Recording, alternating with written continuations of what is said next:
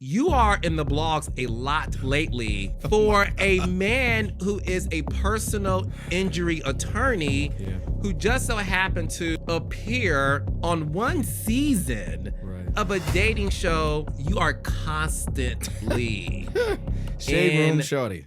Yeah. Shade Room Shorty, I swear. Not a Shade Room Shorty. Listen. Talk to me about your background. Like, I was raised in New Orleans. My mother, much like people did back in the mid to late 70s, she started using heroin and then became a heroin addict. At age 16, 2 gold teeth, 2 felonies. I got my GED in juvenile jail. Wait, back up. Yes, sir. Wait a second. Okay. I'll talk about it in my book. A lot of people have accused you of being a womanizer, of being a player. JR is always outside. Go to the hottest party, JR gonna be there, honey, looking for his next black woman. These are things that people have said.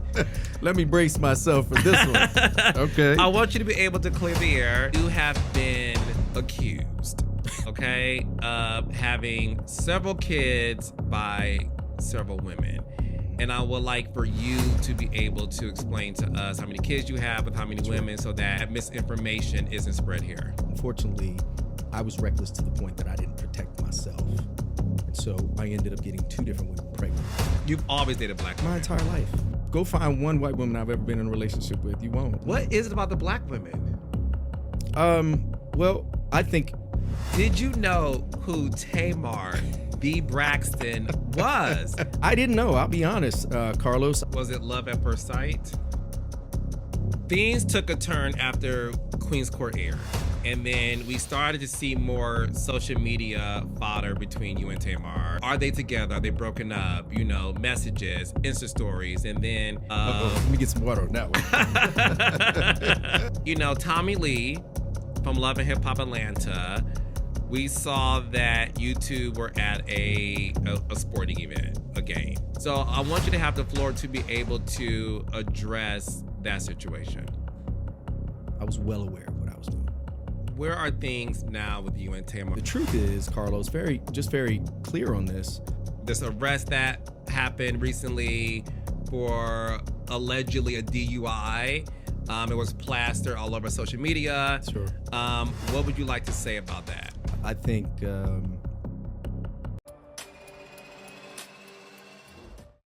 Hey Raindrops, now before we get into this video, I want to talk to you about joining my community.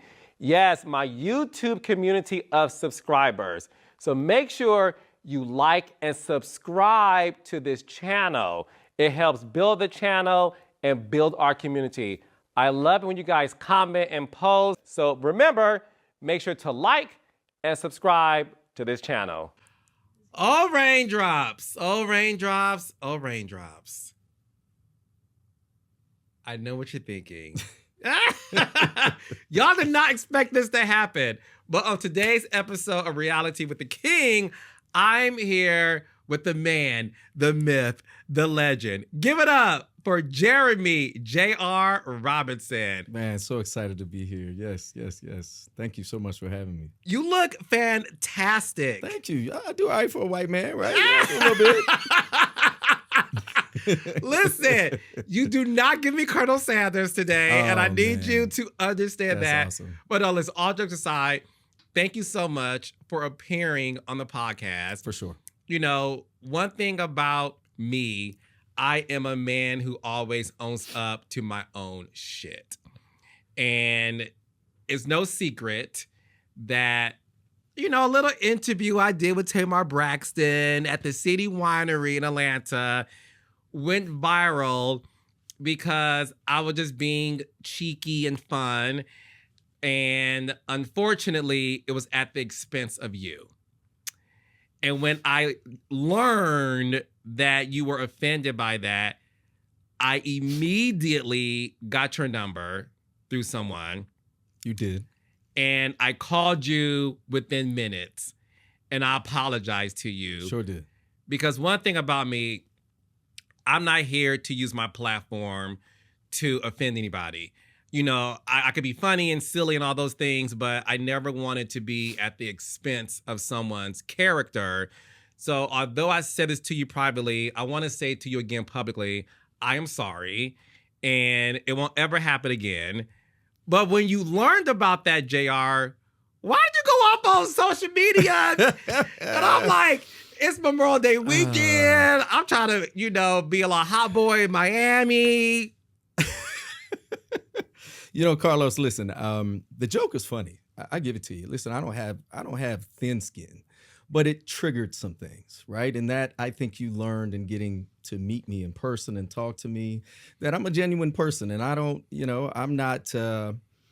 No matter where my relationship stands with somebody, I always expect them to defend me and not sit and laugh at me with somebody else. And so it was less about the joke and more about just the context of it, right? Because, man, I can laugh at anything. If I'd been there and you said, JR, you do kind of look like Colonel Sanders, I'd be like, that's funny. But now that you know me personally, I think you understand the genuine person that I am.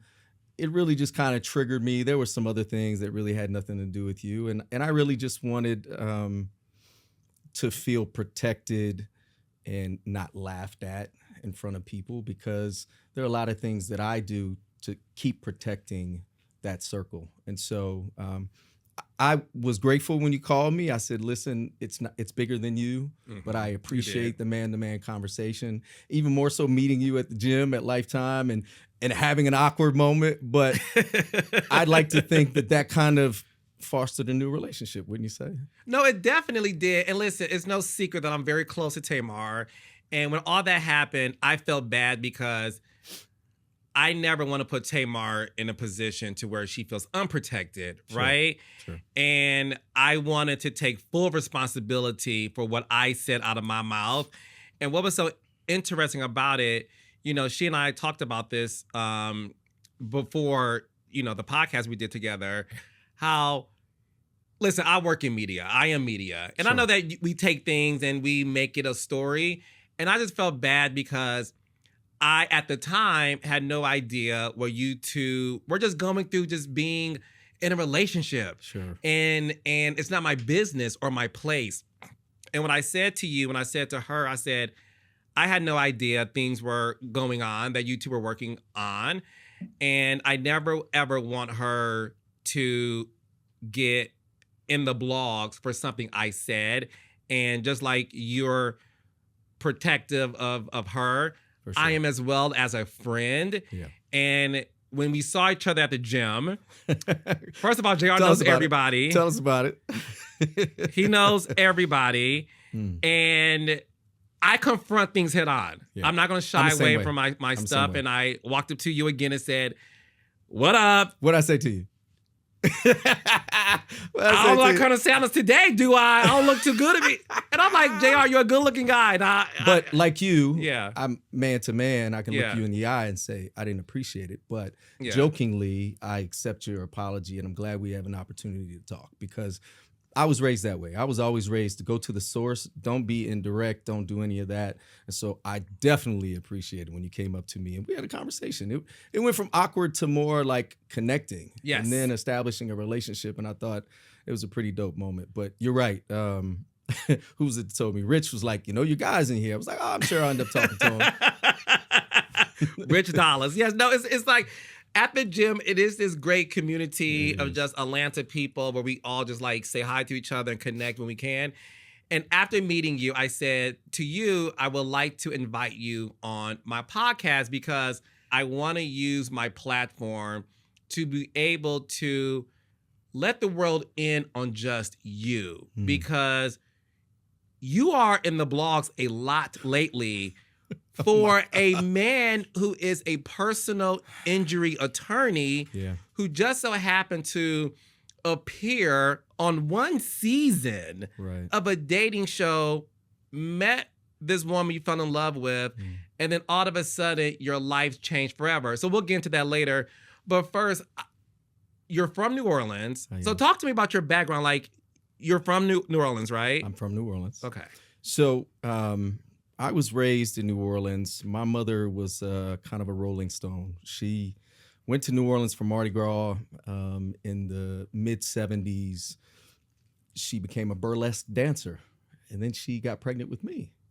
And then, much like people did back in the mid to late 70s, she started using heroin and then became a heroin addict. And so my life kind of became this, grab a garbage bag, grab your stuff, you're staying here, you're staying there. And so father was never around. I didn't have any siblings, but I learned a lot in New Orleans. There are a lot of things, I'm sure, culturally that you'll see about New Orleans where people just love people. Mm-hmm. You never meet a stranger in New Orleans. And I think my upbringing in New Orleans is more of who I am. And that's probably the biggest misunderstanding of JR, right? Why does JR sound the way he sounds? Why is JR dating all these black women? Well, number one, because I was raised by black women. When my mother disappeared for months at times, they stood in the gap and took care of me. Were they friends of your mom? They were friends of my mother, or she befriended them, and she would leave me there and they would take care of me. And there would be moments where I would be left. In fact, I'll talk about it in my book. The first time I was ever prayed for and covered was by a black man. I was roughly 6 years old. My mother disappeared again. And, I'm going through that moment crying. And I remember very distinctly this man saying, Jeremy, I don't know where your mother is, but what I want to do is teach you to pray because I know that prayer will bring her back and she's going to be back soon. So where I'm going with why I am the way I am, it's just the way I was raised. I don't know any other difference, And so do I have an affinity for black? Absolutely. It's what I looked up to. It's what I was raised around. And so I think that's probably the biggest misunderstanding of me is, am I out here, stealing culture? I was raised on powdered milk, powdered eggs, and canned peanut butter. By age 16, 2 gold teeth and 2 felonies. I got my GD in juvenile jail. Wait, back up. Yes, sir. Wait a second. Okay. It's a lot. I know you're gonna unpack it. Because obviously you wouldn't be able to tell just by looking at you today. So sure. Your mama burlesque dancer, turned heroin addict. Unfortunately, you're 6 years old. You have black women pretty much raising you. A black man prayed over you and taught you how to pray and cover you.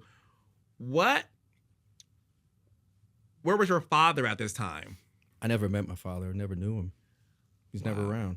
And that is something I think I never really unpacked because I just accepted that he wasn't there. I accepted that, there are very traumatic moments in my life that I talk about in this book that I just accepted for what it was, but I always saw the positivity of being able to know that I'm going to be okay.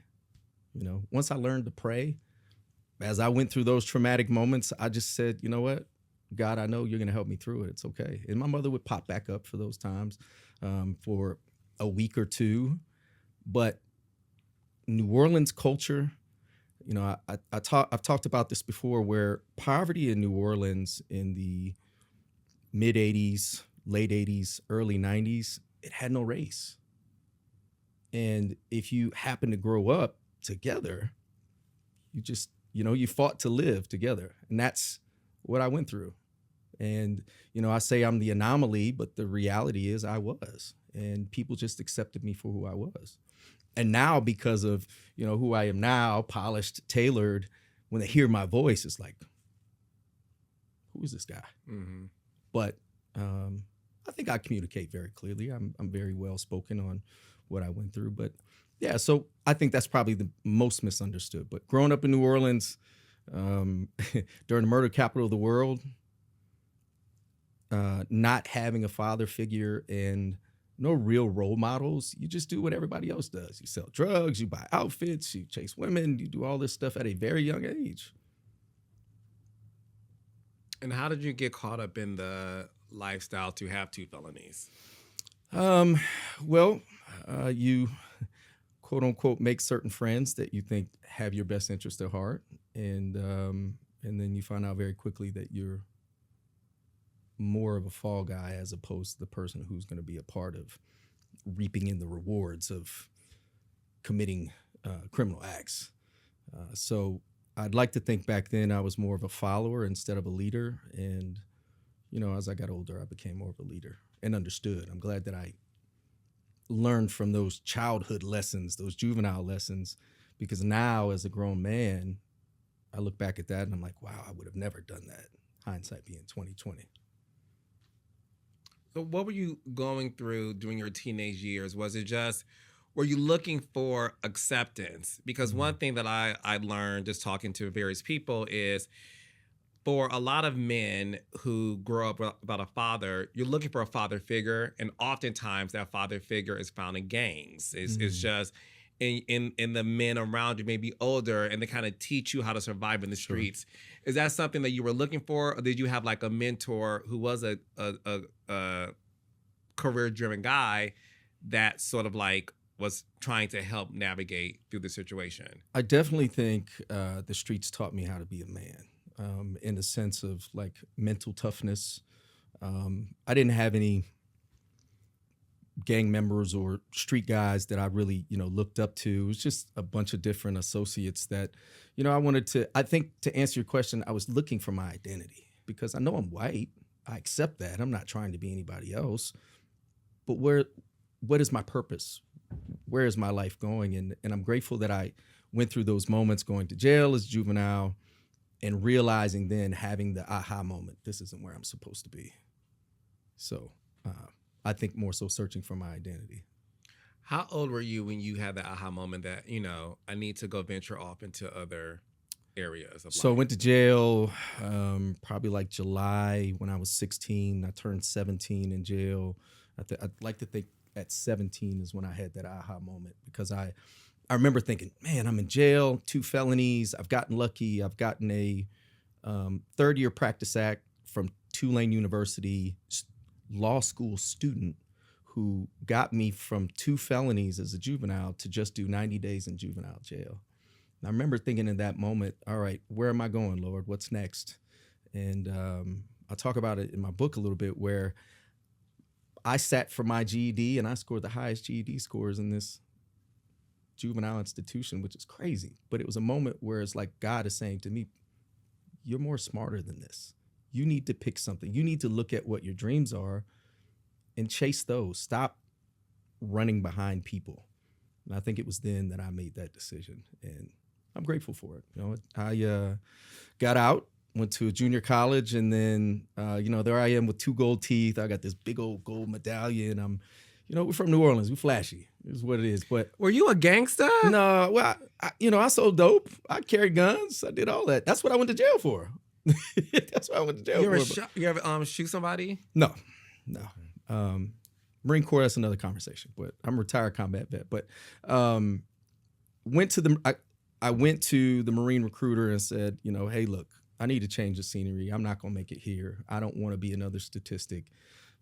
He looks at me, this young kid, 2 gold teeth, medallion, I'm wearing these $200 shoes. He's like, okay. He gives me this practice test, ASVAB, to get in the military. I score like a 90-something on it. Kill it. Makes me take it again. Score even higher. Takes me down to get the testing maybe a week or 2 later. And I scored probably some of the highest scores than anybody. And next thing you know, at the Air Force and everybody else. But I went to the Marine Corps because my whole life has been based on what people tell me I can't do. So went to the Marine Corps, excelled, enlisted, became an officer, got my bachelor's degree at Auburn, and really just had a transformation. But the moment that turned my life around was when my mother died of cancer. And how old were you? 19. Yeah, 19. So it was at that moment I said, all right, going to college is great and all, but now the next steps for me are establishing a legacy. I don't want my mother to have died in vain. My last name is Robinson. That was passed on from my mother by way of my grandfather. So the way I looked at it was like being at her funeral in that moment, just me and her casket, no other family members, nothing. It was something that deeply touched my heart, and it just motivated me. I think God spoke to me then and just put me on a path of just reaching for the stars. And so I did, GED, got a bachelor's degree at Auburn. From there, went and got my master's. And then, when I got back from Iraq, I landed in Atlanta and went part-time at night for law school. So it's been very interesting, but it's been a very unique road traveled, but I wouldn't change anything for the world because I say this all the time. I'm sorry, we're talking about God and all this stuff, but my faith is what has molded me. But I know that where God has made me different is so that I can be empathetic and make a difference. First things I did when I started practicing law was criminal defense and father's rights family law. Who better but me? Who better but me to understand what this criminal justice system is like, how unfair it is for Black people, how unfair it is for Black fathers, how unfair it is, and using my white privilege to make a difference. I did that for several years. So anyway. You were raised by Black women who took the responsibility of you being this 6-year-old kid being left at home for days on end to sort of mold you. And then for you to obviously, like you said, use your white privilege to understand that, look, I know how this jacked up the system is for people in general, but predominantly for Black men. Yeah. So you being around the culture has afforded you the understanding of, I could be somebody who understands it by my very unique friends. lens. Yeah. Yes.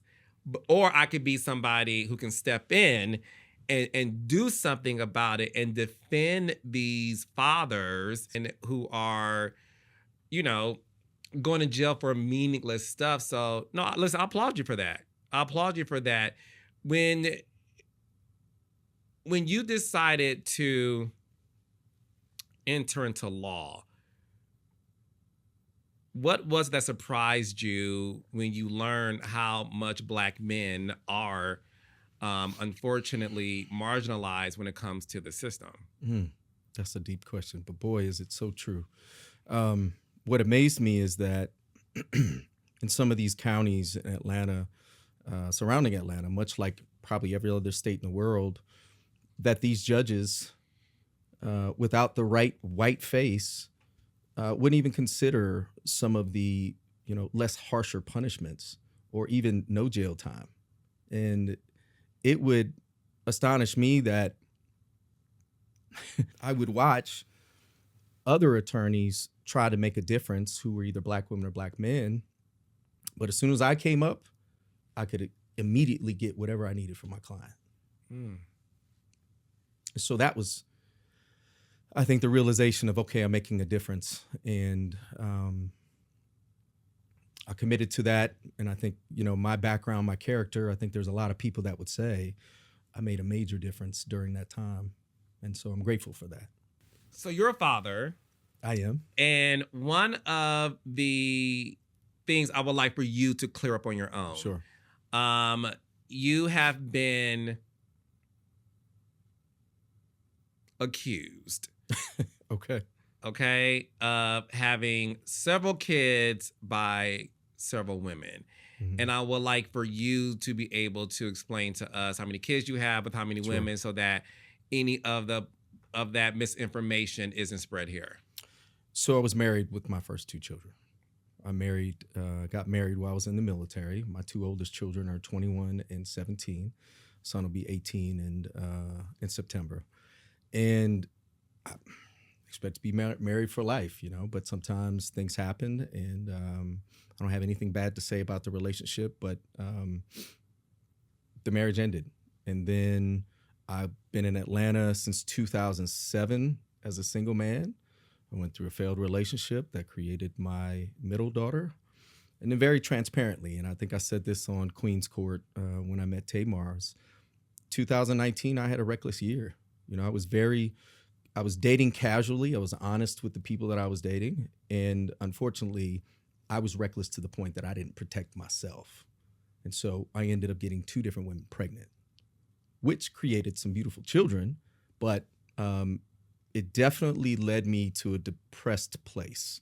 Was it 2 different women getting pregnant at the same time?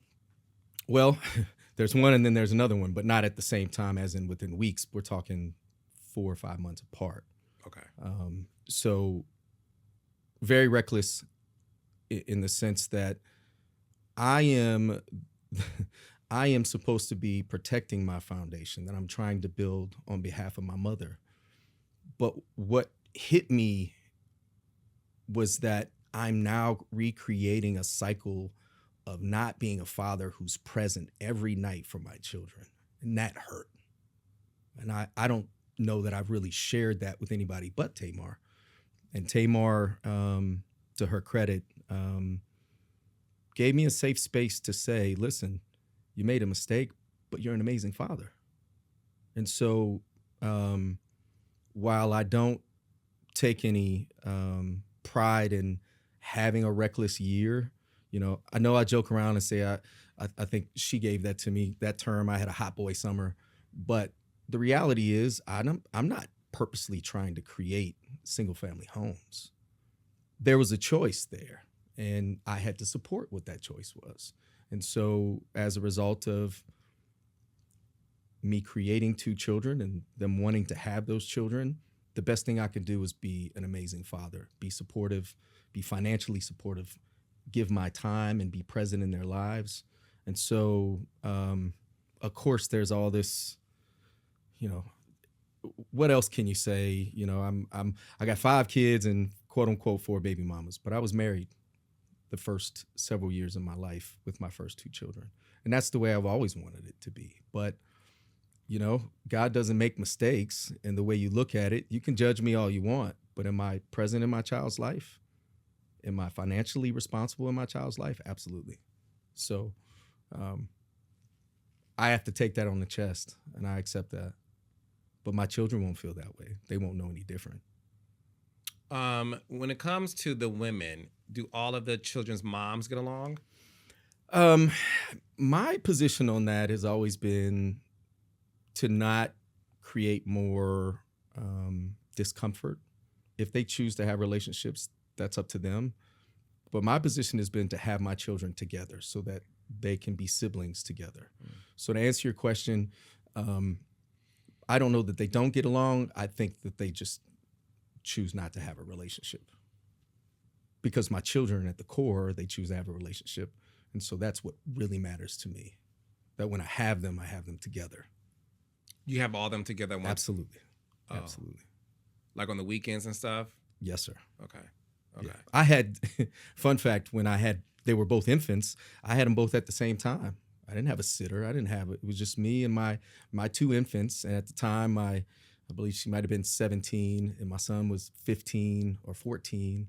We were just one big family, but that's what I am in my core. I'm a father. I'm a family man. And I think if Tamar had an opportunity to really express one of the best qualities about me, she said it to me, that she enjoys seeing me be a father. So they may not have come into the world under the best conditions, but I'm not out here trying to create a bunch of, children that don't have a father present. Mm-hmm. Mm-hmm. Do you feel like when it came to that, was that one of the things that was disheartening? Because here you are growing up, not knowing your dad and your mom being in and out the house.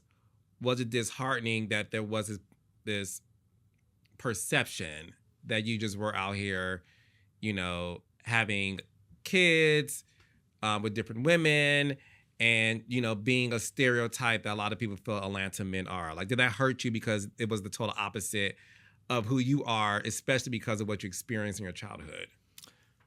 Yeah, the truth is, Carlos, I've always had thick skin, right? I'm a Marine. At the end of the day, I grew up as the anomaly. People always say a lot of things about me. So I've always been able to take a lot thrown at me. What hurt me the most was my own decisions and my own careless mistakes.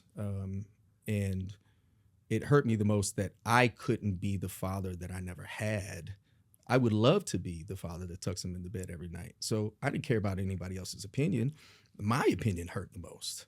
And so sharing that, I'm a super transparent person and I'll share my highs and my lows. And, it's I care less about what their opinion is. I cared more about the fact that I may have been recreating the same cycle of not having a father present, but that's not the case. My children know who I am. They know that I love them.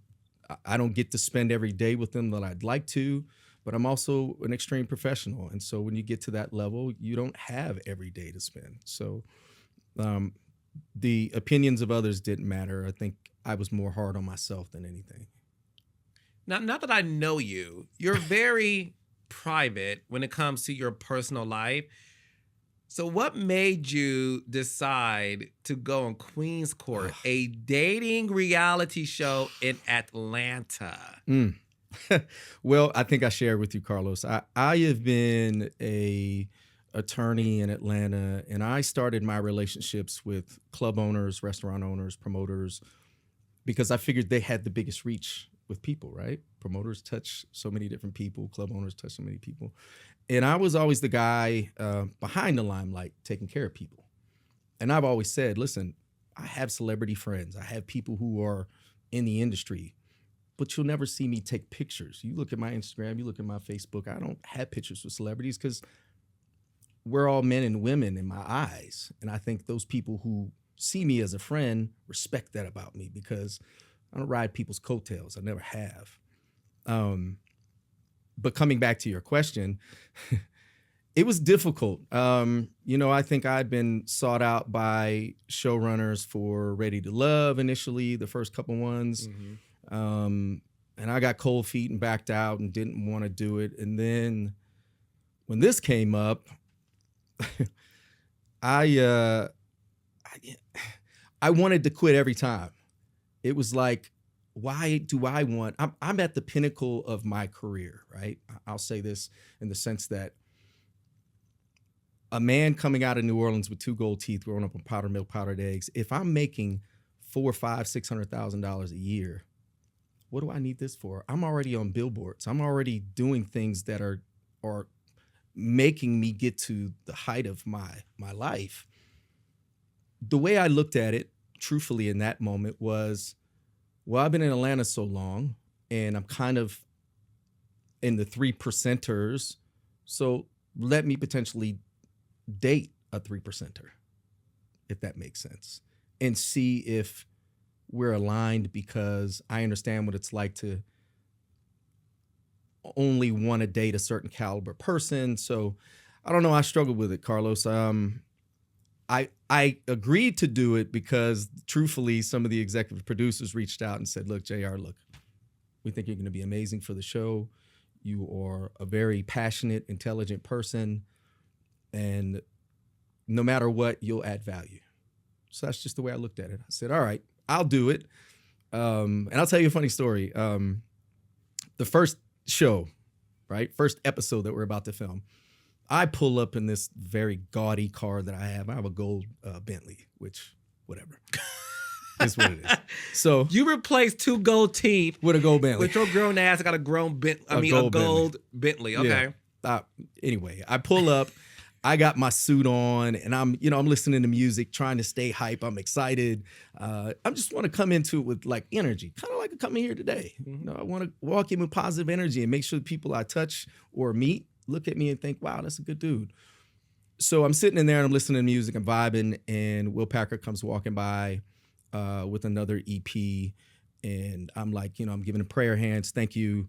And they come up to the car, roll down the window, and I say, Brother Packer, I appreciate you. Thank you so much for giving me an opportunity. We'll see what happens, but I'm excited to be here.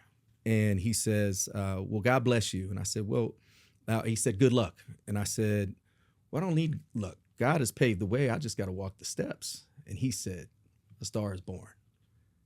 And I just kind of laughed at the moment. I didn't know what it meant, but imagine that, me going through the entire show, falling in love with Tamar, proposing, and then looking back. I've never done an interview about Queen's Court, by the way. No, I know. This is an exclusive. It is an No, exclusive. that's why I appreciate you coming Super here. exclusive. No, it Super really exclusive. is. So you walk in the house, beautiful women. Did you know who Tamar B. Braxton was? Yeah. Yeah. Tamar, vocal goddess, Oh my God. Braxton. Like, did you know who she was? And she has got to be top of the top vocal goddess for sure.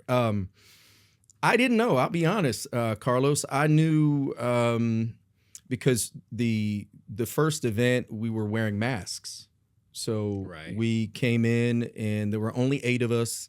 They sat me in the center of the sofa. I was the only white man, and I remember thinking, "Oh, it's a Braxton." I just don't know. I didn't watch the Braxtons. I wasn't in tune with all of that, and so once we took the masks off and they introduced themselves. I only had eyes for her at that moment. She smiled, I winked, and it was cheesy, but I never pursued anybody else but her. Was it love at first sight? I wouldn't say that. I would say definitely wasn't for her. She was super. She wasn't checking for anybody. She definitely wasn't checking for me. You know, in that situation, it's very awkward because the ladies had to pick somebody to go out on a date with. Mm-hmm. And that's weird for a woman who's been courted her whole life, right? What? You got to pick a man? So I don't think it was love at first sight. I think it began to be something once we really let our guard down and start talking to each other. We started to dig into each other's soul and talk about our past and our vision for life and our promotion of positivity and the things that the place that we were at this point in our life. You know, mind you, she had just lost her sister not too long, you know, and I can only imagine at that moment what she had been going through just emotionally and spiritually. And so for me, you know, I wasn't there to just create good TV. I was there to court her like a true king. And I think if you saw me on the show, like I brought flowers every time. I brought gifts because if there was one thing I was going to do, whether I made a connection or not, I was going to show how I was raised to protect Black women. I don't think people realize that. I get so much scrutiny about all the other things that, you know, listen, I've been single. I've dated people. I've gone out. But in that moment, the add value portion for me was, look, if I fall flat on my face, if she doesn't choose me, that's okay. At least I was a gentleman and she'll always respect me as that. What was it about Tamar doing that process of Queen's Court that ultimately made you fall in love with her? It was the conversation about having children, having the 2 children in 2019. She had a unique way of creating a safe space for me and sharing some difficult conversations with her. She empowered me in that moment. She helped me get past the embarrassment. And now it's like, I don't feel embarrassed by it. I feel like it was a part of my life. And now the greater part of my life is I have 2 beautiful children as a result of it. So I would think the falling in love part was more of that connection. You know, people don't know, but we met outside of the show and we talked outside of the show and we spoke on the phone for hours, like sometimes 4, 5, 6 hours at a time. Yeah, that's when it was love at first sight. That's when it was, she's finally seeing me beyond my lack of pigmentation. I don't know if I told you this story. I definitely never shared it publicly, but I'll say it to you if I haven't shared it. No one knows this, by the way. Okay. All right. Exclusive. All right. Exclusive. And Tamar, don't get mad. She won't get mad. It's all good. Okay. It's a funny story. So I'm friends with her, as you know. For sure. And I want to say around 2021. Okay. This is months before Queen's Court. Sure. And I have discernment. So when you talk about God, I'm with you. I'm extremely spiritual. And we were talking. She's single. She's figuring out stuff. And I said to her one day, I said, I don't know, but I see you with a white man. Oh, wow. I swear to you, right hand. She blew you off, I'm sure. She did. I said, I see you with a white man. What? You know, Tamar. Yeah. And I'm like, I don't know. I just see you with a white man. I said, have you ever been with one? She said, no. I said, I don't know. I see you with one. I said, I really do. I don't have any rhyme or reason for this, Tamar, but I see you with a white man. Wow. I think you should start giving white men a chance, right? We never talked about it after that because I was like, well, she ain't receiving it, so I'm not going to continue talking about it. So the show premieres or whatever, and she tells me, like, look at my new man. I said, I told you, shut up, leave me alone. So I say all that to say, I know for a fact that she fell in love with you because months prior, she wasn't checking for no white man. For sure. And it really had to do with your sincerity. And the beauty of y'all relationship, to me, is the fact that I know it was built on a real friendship. Yeah. And it really was something that I was so proud to see come into fruition because I know how much, and again, we didn't know each other at the time. Sure. So I know for her, it was something that she deserved. She deserved to be with somebody who really loved who she is, because the one thing about Tamar that I always let the world know is y'all don't see the girl I see. Sure. I'm like, this woman to me, she's so sweet, she's so funny, she's so kind. Y'all take everything she says and y'all twist it. But there's a side to her that I wish everybody could see. Is that something that you were able to see outside the lights, camera, action? Because the fact that you two were able to talk on the phone, you ain't supposed to, but you did it because you wanted, you have this connection. Let me tell you something. I not only agree with you, I applaud you for saying, and Tamar is the most caring person ever. She is willing to take her shoes off, her shirt off, and give it to the less fortunate. She would give any and everything to people. And that's the one thing that I think people don't realize about her. She is a loving mother to a point that, man, there is no greater feeling than seeing her be a mother. And to answer your question, yes, absolutely. I think being able to see the vulnerability of her and know that, of course, all the antics and all the things that happen on TV is not Tamar. The true core of her is just a woman who wants to be loved and protected. And I don't know that she's ever had that protection, in my opinion. Mm-hmm. And I said that to her. I felt like with the right man, the right structure, with the right love, anything is possible. And I felt like at that time, we definitely had that, she was getting ready to say something about being a friend. And, end of the show, I said, listen, I don't want to be your friend. I want to be your husband. Bang, here it is. And I was in love, nose wide open, for sure. But I don't think people, again, amazing mother, biggest caring person ever. She loves people regardless of what they go through. And the most forgiving, how many of her friends do you know that she's been through something through and she forgives them because she loves people? And I think that's probably, again, not highlighted enough for her. So you propose to her, and then obviously, what people don't understand is this: when you're in a dating show, it doesn't air till months later. Yeah. And you can't really go out publicly because you'll give away right. the end result of this dating show. Yeah. Was that hard for you and her to keep your relationship a secret once the show ended because you had to wait until it aired? Yeah, well, obviously we had that moment that came out on the Shade Room because she threw me a birthday party at Sovereign Suites. And so that was like that created the narrative about me where people were digging in. And so that really kind of made it difficult, even more difficult, because now I was like, oh, crap, we kind of have come out together.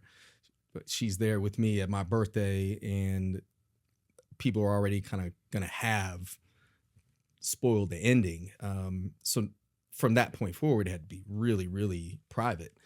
It was difficult. And I'll be honest, I think recently her and I had a conversation about that. And I said, I wasn't able to really be myself. You didn't get a chance to see me out in my element, because if we went anywhere, we had to be very secluded. And most of the time, you just saw me as a family man for several months. I stayed in the house, cooked, cleaned. We did all of that stuff together, which was good. I thought it was a great beginning to our relationship. But it also kind of changed who we were. We didn't have an opportunity to really be out and about and be ourselves. And so we learned a lot about each other within those first 6 months pretty quickly. So August is when we got engaged, just before my birthday. And then the show didn't come out until March on her birthday.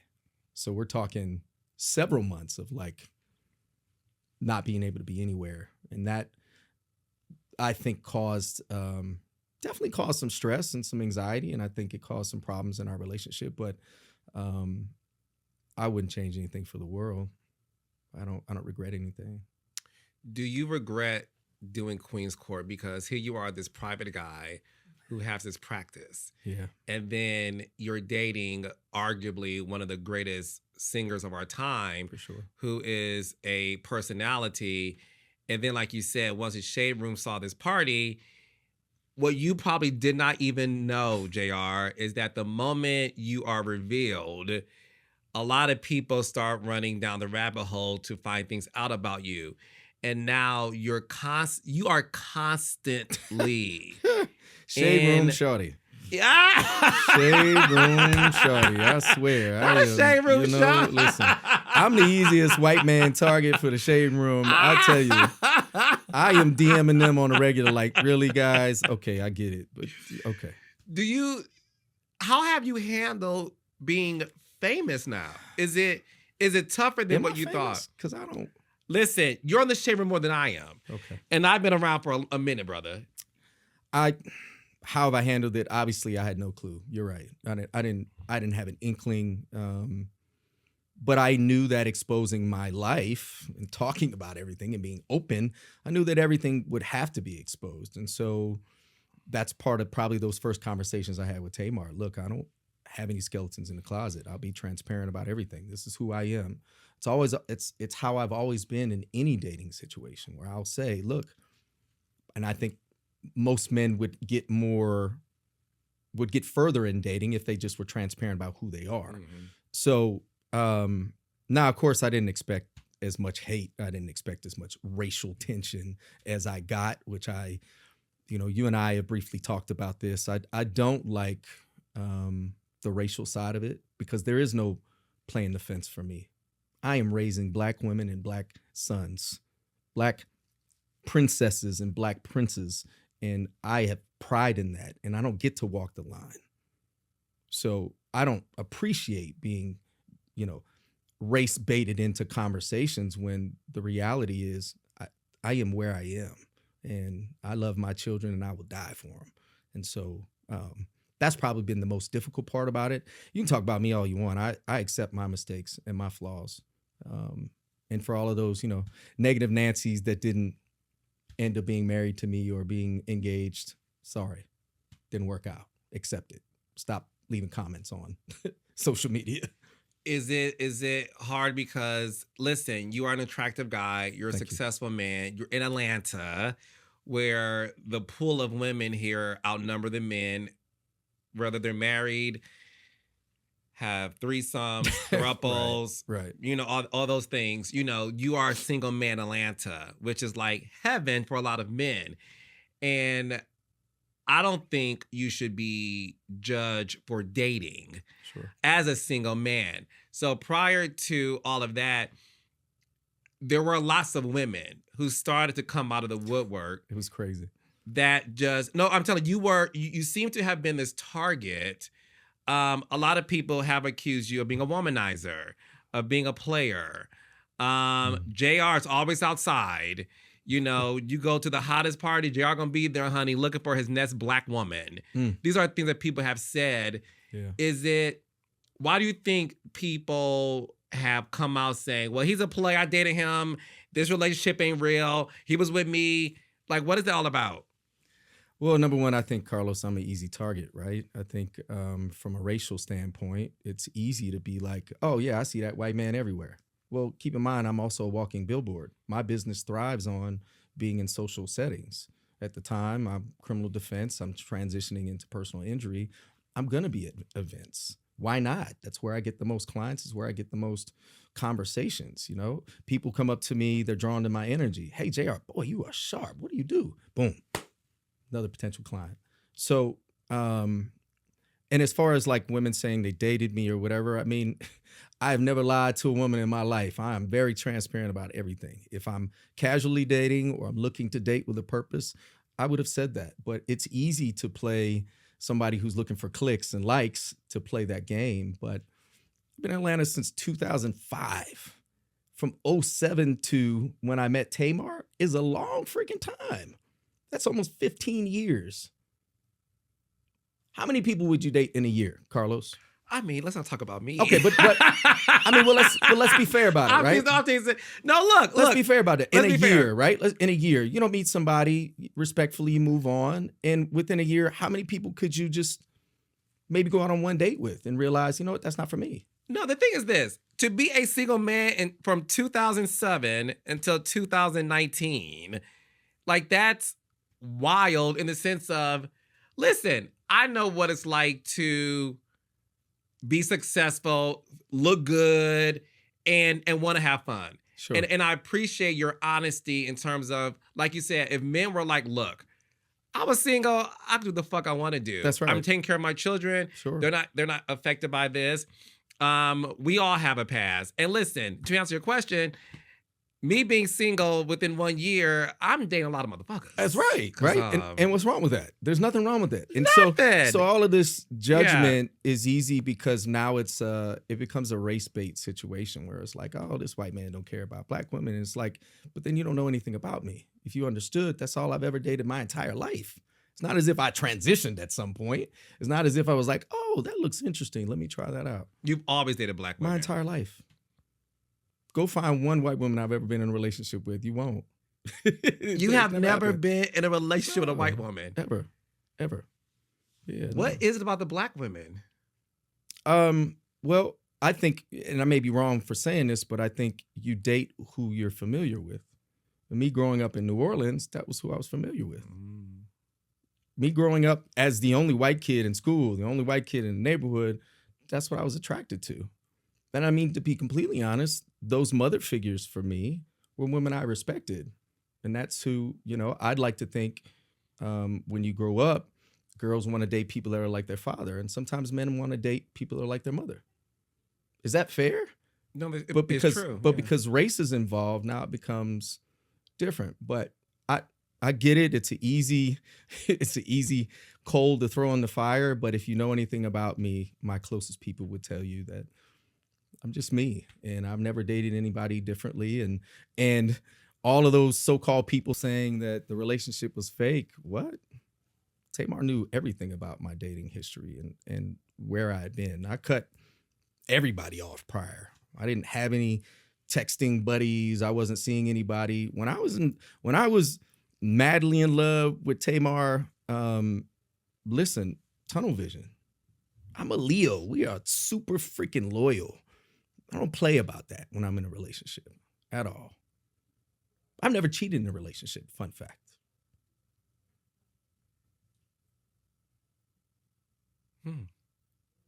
So what happened when things took a turn after Queen's Court aired? And then we started to see more social media fodder between you and Tamar, in the sense of, are they together? Are they broken up? You know, messages, Insta stories. And then at some point, you know, we saw this huge story. Let me get some water on that one. Let me brace myself for this one. Okay. I want you to be able to clear the air. Sure. You know, Tommie Lee from Love and Hip Hop Atlanta, we saw that you two were at a sporting event, a game. And it broke the internet that day. And that's when a lot of the people who may have been on the fence about you received, and you know this, lots of venom about this, because they're like, he's with Tamar. Why is he embarrassing her with Tommie Lee? what's going on here. So I want you to have the floor to be able to address that situation. So I'll say this.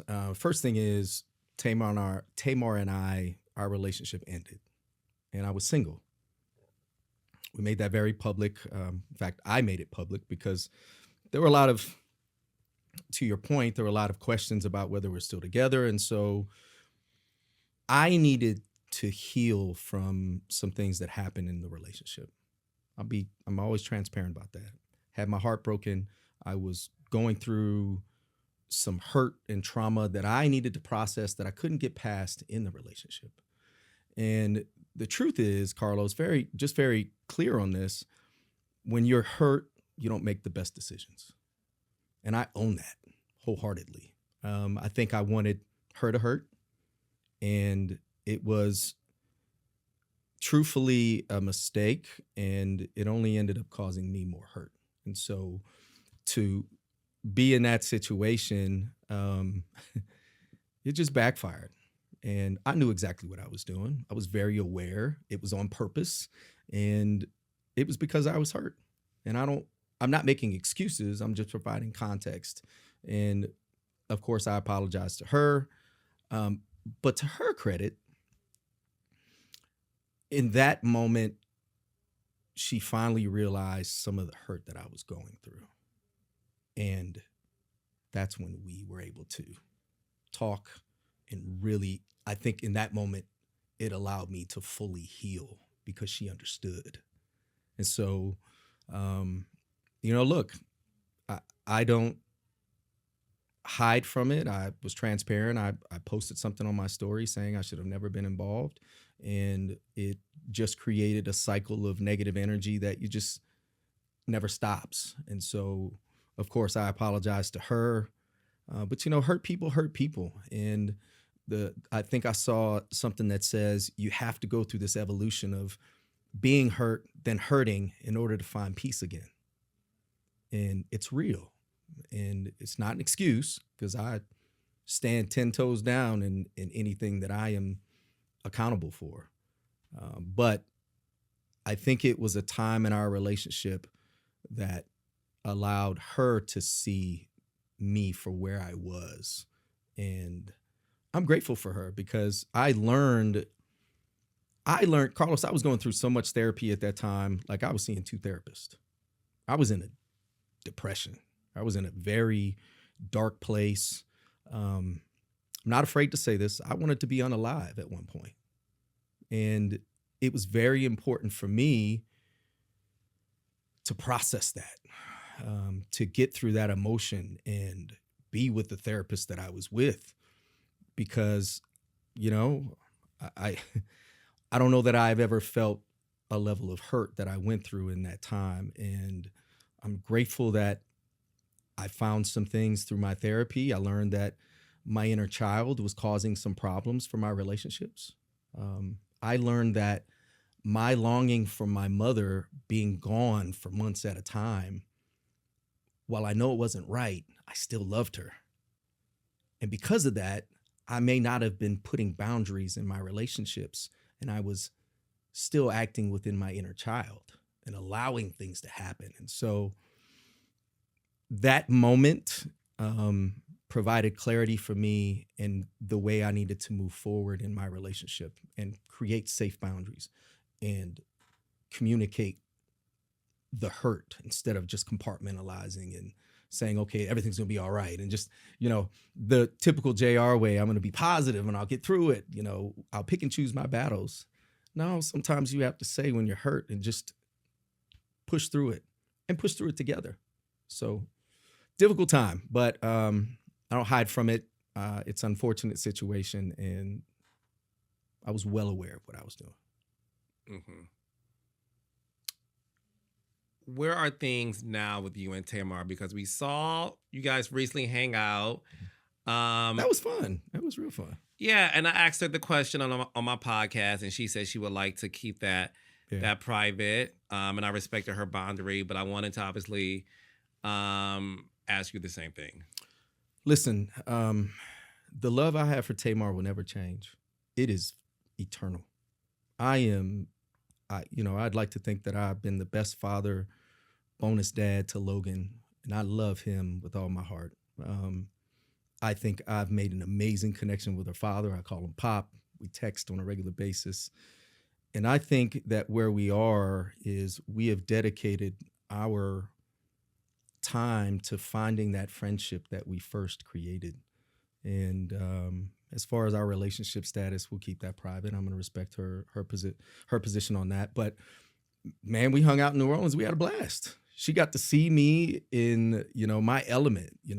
I'm reminded of when I had the gold teeth and I'm hanging out in the Callio projects and I'm around all the rappers and the dope dealers and everybody is accepting of me. And here we were in that moment with Birdman and BG and Welcome Home BG. And we're in these events and everybody knows me.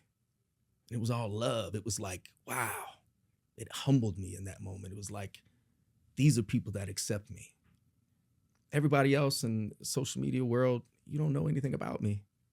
So it was a great moment to be there and see her watch me in my element. Yeah, it was a good time. So we had a lot of fun. It was, Essence, obviously, got to hang out and watch Cash Money, and then good time. It just hit me too. You're more than likely always in her element because of her being a singer who's always on tour and performing. And I've been at one of her shows before, and you were backstage for Vince, and I'm like, they're cool. You know what I mean? Yeah. Was it? It just dawned on me. Was it nice for the first time? Because you've always been in her world. Yeah. Was it nice that for the first time she was in yours? Did that feel good? Amazing. Yeah. It's amazing because it's, I think besides her coming to watch me in trial and be in courtroom in a professional setting. Tamar Braxton would go to trial? She watched me in trial when I had a major case. She would go to the courthouse? Yeah, she was in the courthouse. Ask her about that. Yeah. What? Yeah. You talk about an exciting moment. She was my hype man to a certain extent. I'm picking a jury and she's in the background and she's texting me.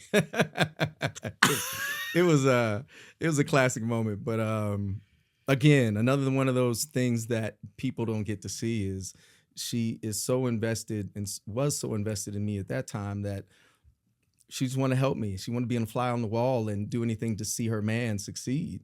And that is, another great quality about her. But absolutely, for her to get to see me around everybody and dapping a million people off, much like you see me, people come up to me in the gym, wherever I'm at, it's like I'm a mayor to a certain extent. No. You are. I marveled at, because again, I'm getting to know you. Rich Dollars interrupts us. Yo, give him a show. I'm like, wait, hold on now. And then all these men come up to you like, yo, Lowe's. I'm like, oh yeah. I'm like, wait a sec, I'm Carlos King, and right. I don't get this much attention when I go to the gym. Everybody knows you and loves you. My prior interview that I just had, he went downstairs and y'all talking for like 20 minutes. I'm like, dude. Shout out, I've never seen you meet a stranger. But it goes to show you that, listen, it's a testament to your character. I will say I applaud you for being somebody that, like you said, you definitely had your moments, and we've all had our moments in life, right? But you have never once accepted the multiple outlets reaching out to you to do these stories or to, expose people or things like that. You definitely have been able to say, I would rather you guys not understand me than for me to fall on the sword to embarrass somebody else. And I don't think you get credit for that. Like I said, we all have our moments, right? Sure. But fundamentally, there's a lot of men out there where every day there's something they're saying to attack this woman, a woman. And you have definitely always taken the high road. You have always been somebody who, even with our situation, and I called you, you immediately said, I appreciate you calling me Los. And I see how people treat you in real life. And I think that's a testament to your character, because it's not what people think on social media, it's what you see in real life. And I can say to my audience, real fucking life, with these real eyes of mine, I've seen people do nothing but show you love. And I will never ever reveal my personal conversations with Tamar. Sure. But the moment I met you, I called her and I said, "Oh, I get it." Yeah. Yeah. I said, "Oh, baby, Well, listen, I get it." Carlos, I appreciate that. I've never been raised to want to put anybody down, right? I will own my own stuff. And in failed relationships, the first thing I'm thinking about is not what somebody else did. What can I do better? And regardless of, relationships are hard work. They're difficult. You go through highs and lows, but why do I need to tell anybody my business? Why do I, if I'm going through pain in private, I don't need the public to know. I don't like being jabbed. I don't like being poked. So, of course, that's controlling your ego. And sometimes you lose control of that. But it's always been important for me to protect the people I love. And I will continue to do that. There's no other way about that, because your character is really based on how you treat people. And I think that's probably why, so many people are just cool with me. They see the energy. They see that I'm a down-to-earth person and I don't pretend to be somebody I'm not. I won't ever. And if I got a problem with anybody, much like, we had a conversation, we just go to the source and we can agree to disagree. We don't have to like each other, but I don't have very many people I don't like. So I just don't have time for that energy in my life. We talked briefly about, I'm 47 years old. I'm not out here looking. You're 47? I'm 47. At this point in my life, like I want to travel the world, have amazing energy, and create a legacy that is built on something positive. And so I'm going to make my mistakes. Obviously a mistake just came up to a certain extent, but I live in those too. I don't run from them. I think some people aren't as good as that as I am. I take constructive criticism well, because it'll teach me how to be a better person. But I don't have to live in my past though. And that's the difference.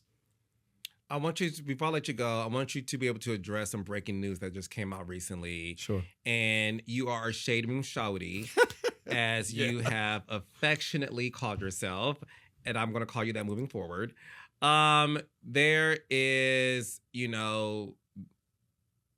this arrest that happened recently for allegedly a DUI. It was plastered all over social media. Sure. What would you like to say about that? Listen, I've done criminal defense for many years. And the first thing I tell people, regardless if you've had a drink, regardless if you are sober as all get out, there are testings that are not set for you to pass. They're set up for you to fail. And I allegedly ran a red light. I got pulled over and I was asked to step out of the car and conduct some testing that I said I wouldn't conduct. After that, it's immediately take you to jail. And so being a criminal defense attorney, I did everything that I told my clients to do. I followed my own advice. And unfortunately, in the state of Georgia, if an overzealous police officer detects a scent of alcohol, which is weird to me because there were ladies at the jail who were like, dang, you smell good. What is that you're wearing? But you know what? Due process has its time. And so I know that the Shade Room is going to post the dismissal once it happens. And so I was arrested. They charged me with running the red light, obstruction because I didn't want to comply with the field sobriety and didn't want to give blood, and then suspected DUI. But I wasn't drunk. I very calmly walked. And I even told the officer, look, I'm a criminal defense attorney. You see the tag. So in some ways, I think I was profiled because 1 a.m., expensive car. But I just protected myself because I know in the end, and when I get in front of a judge and I get it dismissed, then I have my power back, essentially. But I had to go through an embarrassing moment. So it was embarrassing, and I don't run from it, but I did exactly what I tell my clients to do. You get pulled over, do not comply with doing field sobriety testing, do not give blood. All it's going to do is set you up for failure. And so my mugshot, as a result of getting arrested, ended up, oddly enough, 2 weeks later on the Shade Room. So this didn't just happen. Oh, that happened 2 weeks ago. Yeah, it happened almost 2 weeks ago. Oh. Yeah. Okay. Currently working to have everything. Okay. Yeah. Well, you currently have a book out. I do. So congratulations. I'm You can excited. now Thank add you. author Thank to you. your So excited. mini list of talents. So talk about the book. It's called Endure: The Anatomy of Resilience. So I signed this and made a little special note for you. You're gonna laugh at it. What does it say?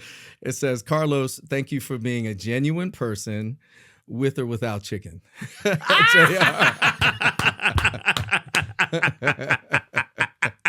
And I definitely accept your apology. I know you'll take the joke for what it is.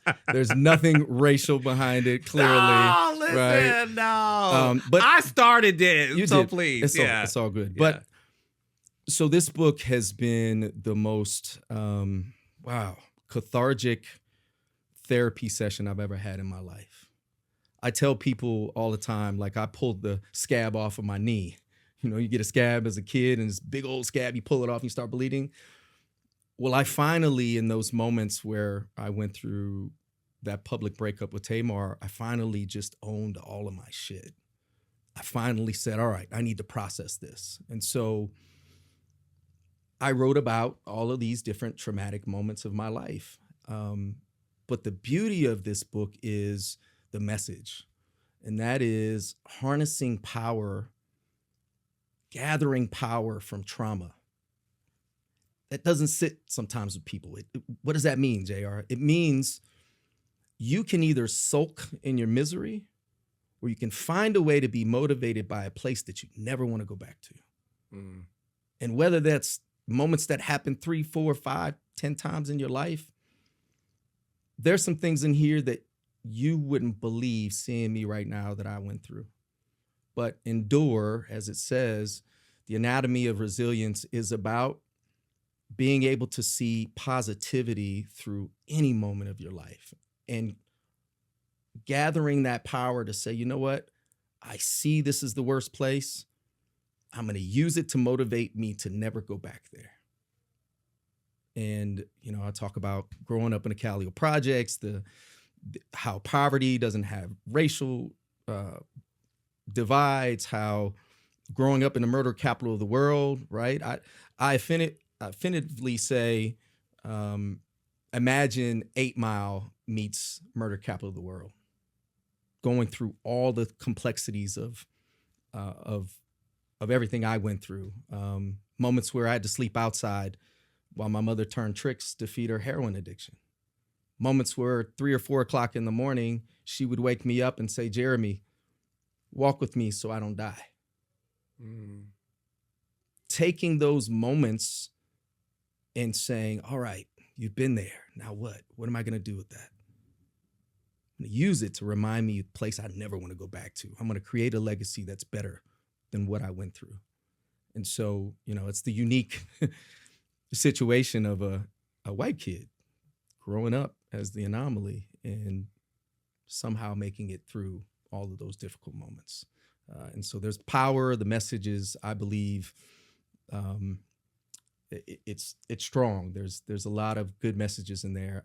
It's out on all audio platforms right now. Endure: The Anatomy of Resilience. I do speak on the audiobook, so you hear me talking through the entire book. I've gotten a lot of great feedback for that. People have said I have an amazing, powerful voice through it. And I'm just excited. You know, I think whether I'm talking about relationships or building a successful business or finding your way out of a difficult time, I've endured all of that. So I'm excited about it. No, I'm excited for you. Listen, you're a good guy. You really are. And I wanted the moment we met, I wanted the world to see what I see. And I'm happy you said yes to this. I know it wasn't easy to like do an interview because you never done one before. Never did one. Yeah. So I appreciate you doing that. And look, you're a personal injury lawyer too. And I am. You know, this is being seen by everybody in the Hit world. by a truck or a car, call JR nationwide. Wait, what's the tagline? Hit by a truck or a car, call JR. That's the tagline. Yeah. Okay, and It's catchy. No, I love it. Yeah. And where can they find you?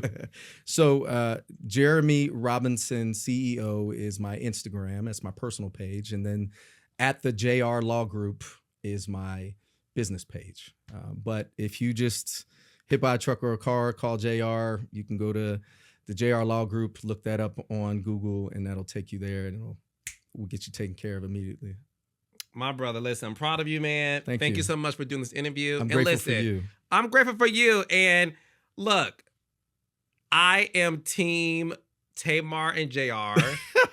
And regardless of what the future holds, I want you to know from me to your face and for the world to hold me accountable, whatever happens in this life, right? Because you just never know what happens. Sure. I want you to know I am rooting for nothing but blissfulness for you and Tamar together. Okay. And I'll leave it at that. That's fair. Okay. Thank you, my friend. Thank you, JR. Thank you.